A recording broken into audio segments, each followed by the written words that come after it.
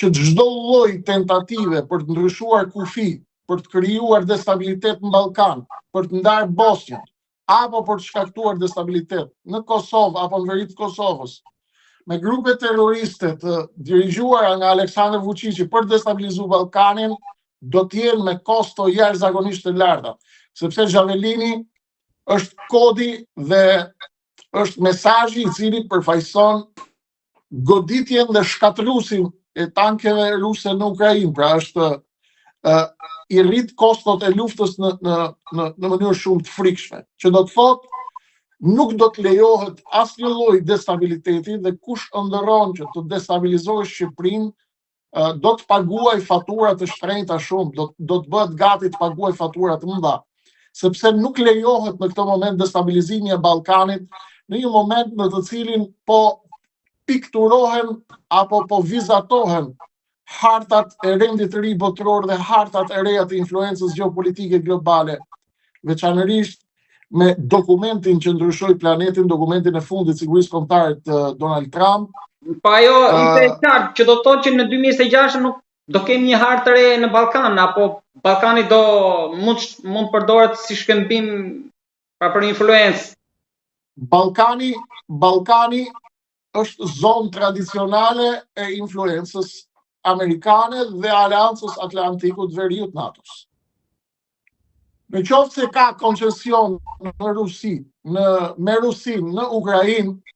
Ballkani është e padiskutueshme që nuk ka asnjë miligram tërheqje mbrapsht dhe tashmë do t'i vi radha portit Durrësit bashkë me bazën e Kuçovës, bashkë me armatosjet e reja që po vinë, sisteme Xhavelin, për të kontrolluar hapësirën toksore, ajrore dhe për të kontrolluar korridorin Adriatik-Sofje, i cili lidh Bullgarinë me portin e Durrësit për të lehtësuar zhvillimin, transportimin dhe kalimin urgjent të trupave të aleatëve në rast nevoje. Do të merren në kontroll të gjitha pikat e sigurisë kombëtare dhe do të hiqen nga duart e ballukëve dhe të ballukeve, të cilat kanë bërë koncesione sekrete me rryma dhe korrente gjeopolitike armiqësore ndaj Shqipërisë dhe interesave të saj strategjike, dhe për këtë do të paguajnë. Por zoti Osmani, për të rikthyer te Xhavelinit, janë sikur e thatë ju simbolik, na mjaftojnë ato apo ky është fillimi i blindimit? Ky është vetëm fillimi i armatosjes. Xhavelinët që kanë ardhur janë vetëm paketa e parë. 2026 do të vazhdojë me furnizime masive të Xhavelinit dhe sistemeve të tjera raketore mbrojtëse. Dhe mesazhi është që armatosja e shqiptarëve është simbolika e armatosjes për vetë mbrojtje dhe nuk do të jemi ne agresor. Por është mesazh kyç që i jep mesazh lojtarëve dhe kompeticionit gjeopolitik SBA, Rusi, Pekin në Ballkan, që çdo lloj tentative për të destabilizuar rajonin apo për të shkuar në një luftë, sepse Vučići nuk po I merr armët për të bërë dans në Krishtlindje apo në vitin e ri. As për të bërë vallëzim me to. Armët merren për t'i shkrepur diku. Dhe kjo armatosje agresive e Vučićit nga Rusia dhe nga Kina është mesazh që Moska më shumë se sa Pekini, sepse Pekini po luan me armën e investimeve dhe të koncesioneve dhe të kontrollit pikave logjistike, porte, aeroporte, 5G, Huawei, këto janë armatimet e Kinës. Kina po përdor soft power, po përdor Brezi e but, e cila shpesh është dhe më agresive se armatimet. Dhe ajo që më rezulton, Gilbert, është se armatimi Xhavelin është vetëm piknisja e cila lëshon dozën e nevojitshme të mesazheve për momentin dhe 2026 do të shoqërohet me armatim të mëtejshëm, pasi duket qartë që në planin e sigurisë kombëtare të SBA-s dhe në planin e kontrollit total të hemisferës perëndimore, siç trajtohet në dokumentin amerikan,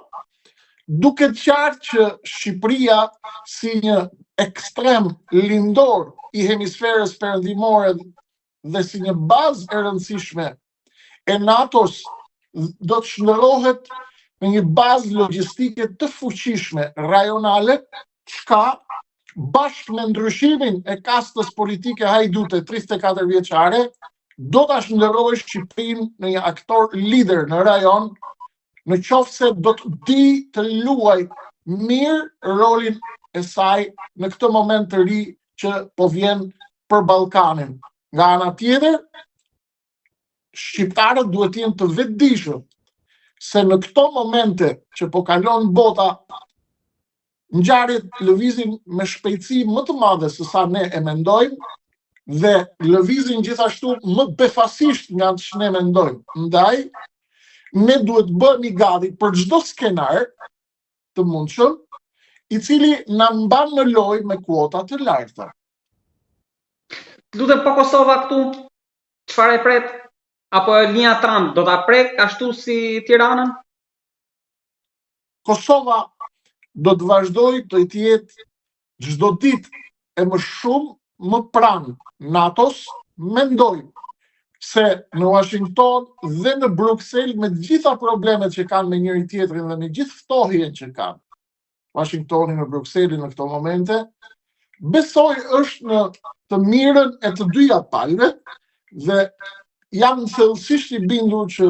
trajektoria është që Kosova do të rrëmbehet me shpejtësi në drejtim të NATO-s. Trajektoria është kjo.